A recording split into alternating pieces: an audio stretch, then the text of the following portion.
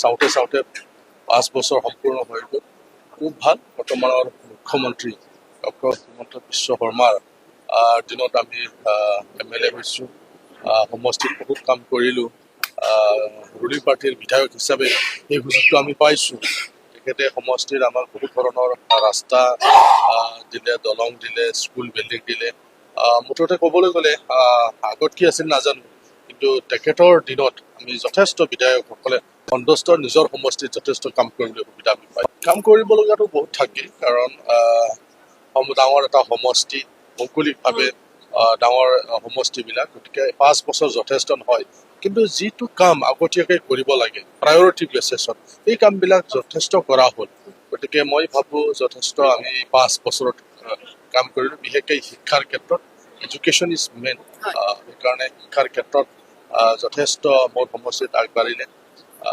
এইবাৰ আমি কোকৰাঝাৰ মহাবিদ্যালয় বিশ্ববিদ্যালয় হৈ গ'ল গতিকে এইবিলাক যদি চোৱা যায় আমি শিক্ষাৰ ক্ষেত্ৰত যথেষ্ট আমি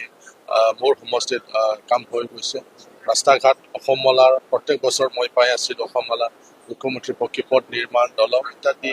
আৰু ইফালে আমাৰ অংগনবাদী চেণ্টাৰবিলাক যথেষ্ট কামখিনি কৰা হৈছে মই ভাবোঁ 5 বছৰত এইখিনিয়ে যথেষ্ট